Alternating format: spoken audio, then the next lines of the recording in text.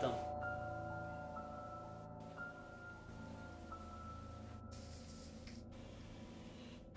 Hello sir. जी आप कौन? Sir मेरा नाम श्याम है। वो मैम के साथ मेरी अपॉइंटमेंट थी आज की।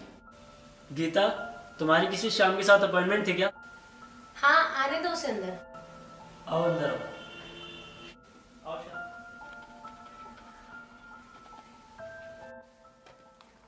Hello ma'am. हेलो श्याम, बैठो। Thank you ma'am. हाँ श्याम, बोलो क्या बात है जो तुम्हें आज छुट्टी के दिन भी मुझसे मिलने की जरूरत पड़ गई? कोई दिक्कत तो नहीं है ना? हाँ मैम, वो आपको तो पता ही है कि जैसा कि भाभी। क्या हुआ तुम्हारी भाभी को? वो ठीक तो है ना? नहीं नहीं मैम, भाभी को कुछ नहीं हुआ है। वो दरअसल क्या बात है श्याम, कहो, हिचकिचाओ मत। मैम दरअसल भाभी का अबॉर्शन करवाना है। क्या पागल हो गए हो श्याम? तुम्हारी भाभी का 8वां महीना चल रहा है और तुम लोग अबॉर्शन चाहते हो? ऐसी क्या प्रॉब्लम आ गई है अचानक? मैम आपको तो पता ही है कि अगले महीने कभी भी डिलीवरी हो सकती है। और अभी अभी परसों ही गांव से मेरी दादी आई हैं और सब कहते हैं कि वो सिर्फ देखकर ही बता देती कि पेट में लड़का है लड़की। तो फिर? उन्होंने देख के बताया कि भाभी की कोख में एक लड़की है। क्या श्याम, तुम पागल हो गए हो क्या?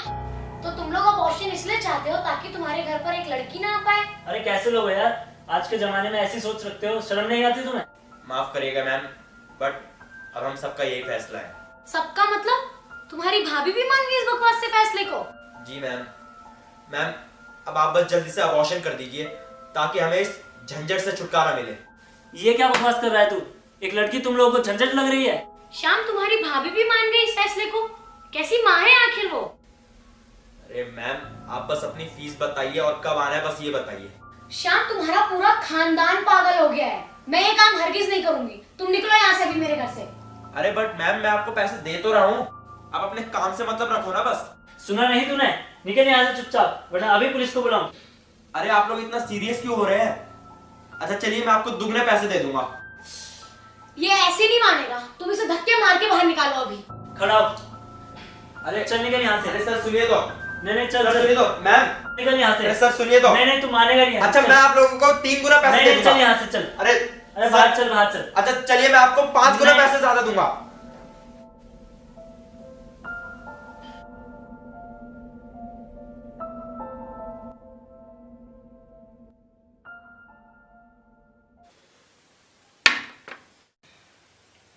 अच्छा चलो, तुम इतनी रिक्वेस्ट कर रहे हो तो मैं तुम्हारा काम कर दूंगी, लेकिन याद रहे कि ये बात हमारे बीच ही रहनी चाहिए। जी बिल्कुल मैम। अच्छा श्याम, एक बात बताओ, तुम हमें 5 गुना ज्यादा देने को तैयार हो गए, इसका मतलब तुम आर्थिक रूप से तो कमजोर नहीं हो? और जितना हमने देखा है गरीब लोग ही ज्यादा आते हैं ऐसा केस लेकर। माफ करना अगर ज्यादा निजी सवाल पूछ लिया तो, लेकिन ऐसी क्या प्रॉब्लम आ गई जो तुम्हें ऐसा कुछ करना पड़ रहा है?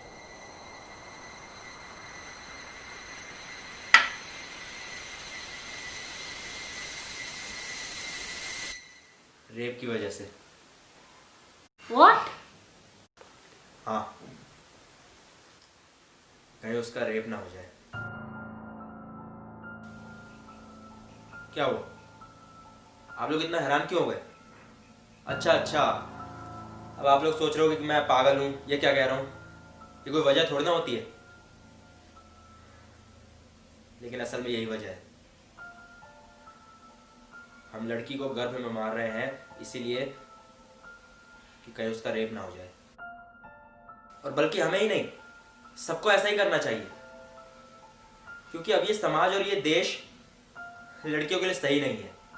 बेकार में कुछ लोग अपने हवस की आग मिटाने के लिए किसी घर की लक्ष्मी को जला डालेंगे और फिर उसके माँ बाप का क्या होगा?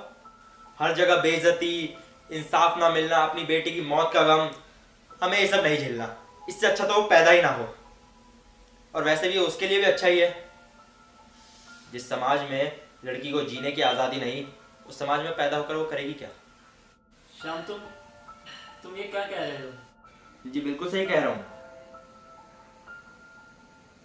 अच्छा आप लोग हमारी फैमिली को कुछ ही महीनों से जानते हैं ना? चलिए मैं आपको अपनी बड़ी बहन के बारे में बताता हूँ। मेरी बड़ी बहन 3 साल पहले फाइनल ईयर में थी, अपनी ग्रेजुएशन कंप्लीट करने वाली थी वो।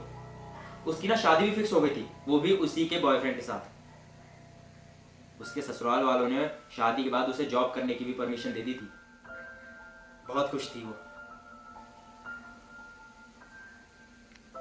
एक रात वो अपने कॉलेज के दोस्तों के साथ पार्टी करने क्लब में गई। रात को देर से लौटने वाली थी वो,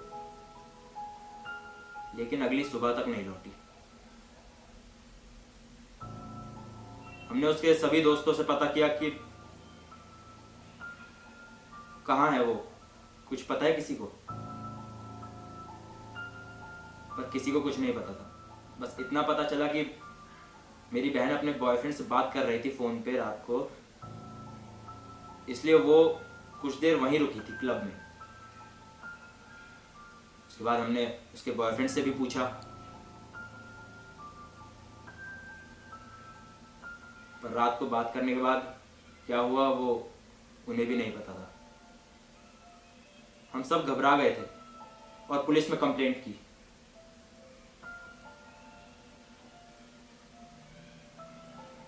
फिर उसी शाम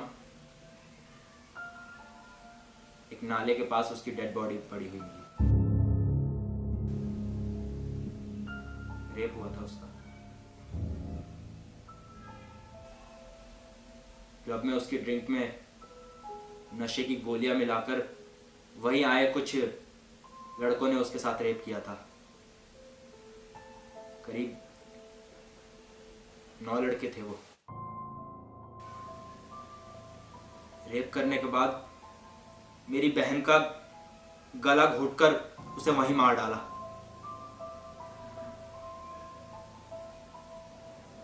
और उसे नाले में फेंक दिया। उन रेपिस्ट को फिर कुछ सालों की सजा मिल गई, लेकिन उनमें से 3 नाबालिग थे, इसीलिए उन्हें बाल सुधार गृह भेज दिया गया। शायद वहां भेजने से वो सुधर जाएंगे और फिर कभी किसी लड़की को गंदी नजर से नहीं देखेंगे। I'm sorry. अरे नहीं नहीं, आप क्यों सॉरी बोल रही हैं? सॉरी तो उन्होंने भी नहीं बोला था जिन्होंने ऐसा काम किया। पता है, जब मेरी बहन का मातम चल रहा था ना, तो कई रिश्तेदार पापा को बस एक ही बात बोल रहे थे कि उन्होंने अपनी बेटी को कुछ ज्यादा ही आजादी दे दी थी।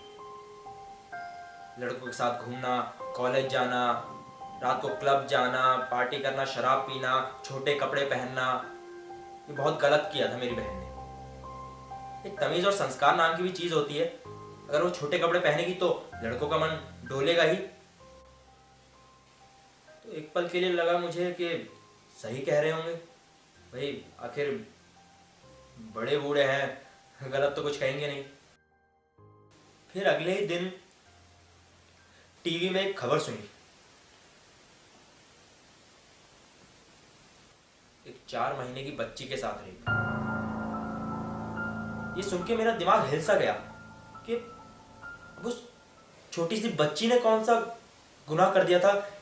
कौन से छोटे कपड़े पहन लिए थे, या लड़कों के साथ घूमती थी, या उसने ऐसा क्या किया कि जो रेपिस्ट का मन डोल गया। उस दिन एक बात समझ में आई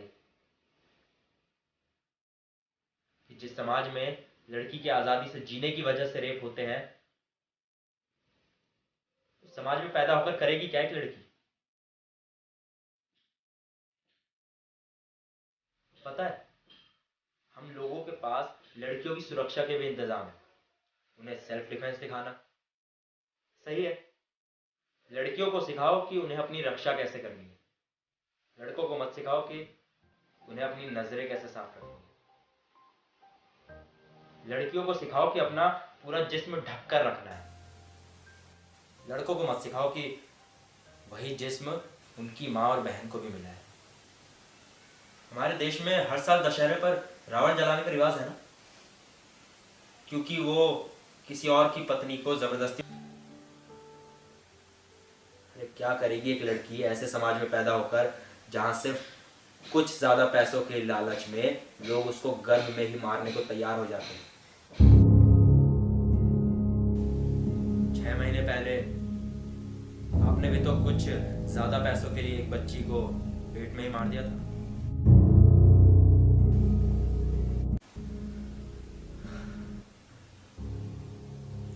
चलिए माफ करिएगा, मैंने छुट्टी वाले दिन आप लोगों का टाइम वेस्ट किया। मैं चलता हूँ, लेकिन एक बात जरूर कहूंगा जाने से पहले कि इस देश में तब तक कोई बदलाव नहीं हो सकता जब तक गुनहगार छोटे कपड़ों को माना जाएगा, ना कि छोटी सोच को। तब तक कोई बदलाव नहीं हो सकता जब तक गुनहगार छोटे कपड़े पहनने वाली लड़कियों को माना जाएगा, ना कि उन कपड़ों के अंदर झांकने वाली गंदी नजरों को। कहते हैं ना कि बदलाव तो हर कोई चाहता है, लेकिन बदलना कोई नहीं चाहता। चलिए मैं चलता हूं।